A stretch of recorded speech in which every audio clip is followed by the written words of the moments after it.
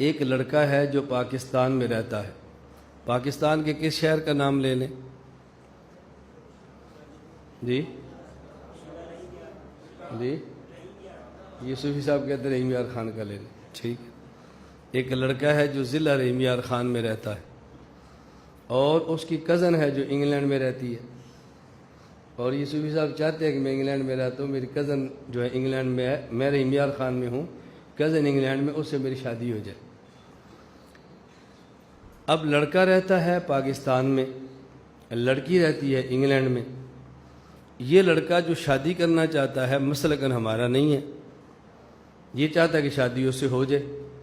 اب اپنے یہ مولانا صاحب کے پاس جاتا ہے کہ مولانا صاحب انگلینڈ میری کزن ہوتی ہے, میں نے اسے نکاح کرنا ہے, تو اس کی کیا صورت ہوگی؟ مولانا صاحب کہتے ہیں بھی اس کو پاکستان بلا لو, نکاح کر لو, ویزا لو, انگلینڈ چلے جاؤ, وہاں نکاح کر لو. کہتا ہے جی وہ تو پاکستان آنے کے لیے تیار نہیں ہے, تو پھر تم چلے جاؤ. جو مجھے ویزا نہیں ملتا, ویزا تب ملے گا جب ہمارا نکاح ہو جائے گا, پیپر گنے کی تو ویزا مل جائے گا.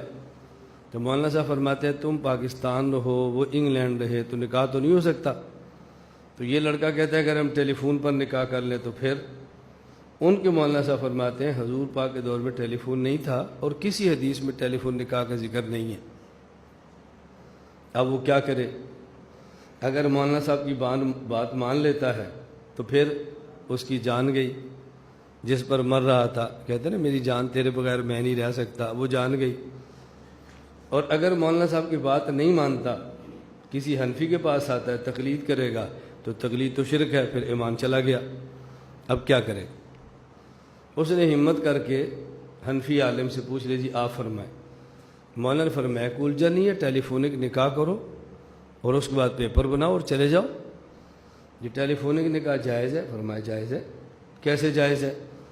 مولانا صاحب ہمارے پوچھتے ہیں اگر وہ لڑکی پاکستان ہوتی اور تمہارا نکاح کسی مسجد میں ہوتا تو اس لڑکی نے مسجد میں آنا تھا؟ کہا جی نہیں. تو کس نے آنا تھا؟ اس لڑکی کے وکیل نے آنا تھا. تو پتہ چلا کہ مجلس میں یا دو بندے ہونے چاہیے, مرد عورت جن کا نکاح ہے, یا ان میں سے کسی ایک کا وکیل ہونا چاہیے یا دونوں کے وکیل ہوں. تو یا تو جس کی شادی ہونی ہے مجلس میں وہ ہو, اگر وہ نہیں تو اس کا وکیل ہو. اب جس بندے کا وکیل ہے خواہ وہ پاکستان میں ہو یا بندہ انگلینڈ میں ہو, اس سے کیا فرق پڑتا ہے؟ اب اگلا سوال یہ ہے کہ وکیل بنانا کیسے ہے؟ وکیل بنانے کا طریقہ یہ ہے کہ تمہاری کزن انگلینڈ سے ٹیلی فون کرے اپنے ماموں جان کو, چاچو جان کو, کہ میں اس نکاح پر تیار ہوں, میری طرف سے آپ وکیل بن جائیں. ٹھیک ہے, اس میں کیا حرج ہے؟ وہ وہاں سے میسج کر دے پھر بھی ٹھیک ہے, فیکس کر دے پھر بھی ٹھیک ہے, ای میل کر دے پھر بھی ٹھیک ہے. رسول اکرم صلی اللہ علیہ وسلم کے دور میں بھی خطوط کا سلسلہ ہوتا تھا.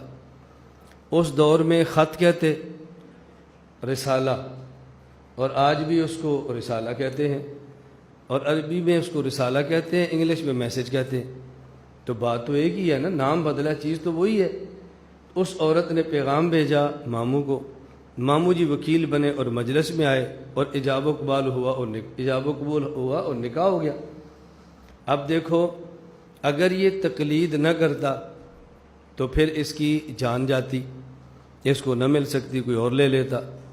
اور اگر تقلید کرتا تو ان کے یہاں شرک ہوتا تو بیوی تو مل جاتی لیکن ایمان ختم ہو جاتا. تو یا جان گئی اور یا ایمان گیا. اور جب ہمارے پاس گیا تو اس کی جان بھی اس کے پاس ہے اور ایمان بھی اس کے پاس ہے. فرق کیا ہے؟ ایمان سینے کے اندر ہے, جان سینے پر ہے, لیکن دونوں پاس ہی ہے نا. کوئی چیز چھوٹی تو نہیں ہے نا, دونوں اپنے پاس ہے.